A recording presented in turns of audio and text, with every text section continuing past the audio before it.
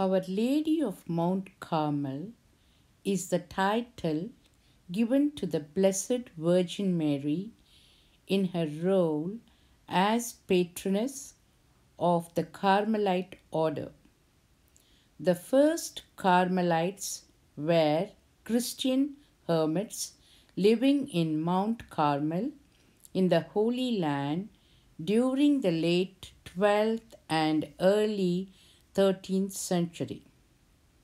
They built in the midst of their hermitages a chapel which they dedicated to the Blessed Virgin, whom they conceived of in chivalric terms as the Lady of the place. Our Lady of Mount Carmel was adopted in the 19th century as the patron saint of child in South America. Since the 15th century, popular devotion to Our Lady of Mount Carmel has centered on the scapular of Our Lady of Mount Carmel, as known as the brown scapular. Traditionally, Mary is said to have given the scapular to an early Carmelite named Saint Simon Stock. The liturgical feast of Our Lady of Mount Carmel is celebrated on 16th July. The solemn liturgical feast of Our Lady of Mount Carmel was probably first celebrated in England in the later part of the 14th century. Its object was thanksgiving to Mary, the patroness of the Carmelite order, for the benefits she had accorded to it through its difficult early years. The institution of the feast may have come in the wake of the vindication of their title brothers of the Blessed Virgin Mary at Cambridge, England in 1374. In the first reading from the book of Kings, Elijah climbed to the top of Carmel and bowed down to earth, putting his face between his knees. "Now go up," he said to his servant, "and look out to the sea." He went up, and "There is nothing at all," he said. "Go back 7 times," Elijah said. The 7th time the servant said, "Now there is a cloud, small as a man's hand, rising from the sea." Elijah said, "Go say to Ahab, harness the chariot and go down before the stops you."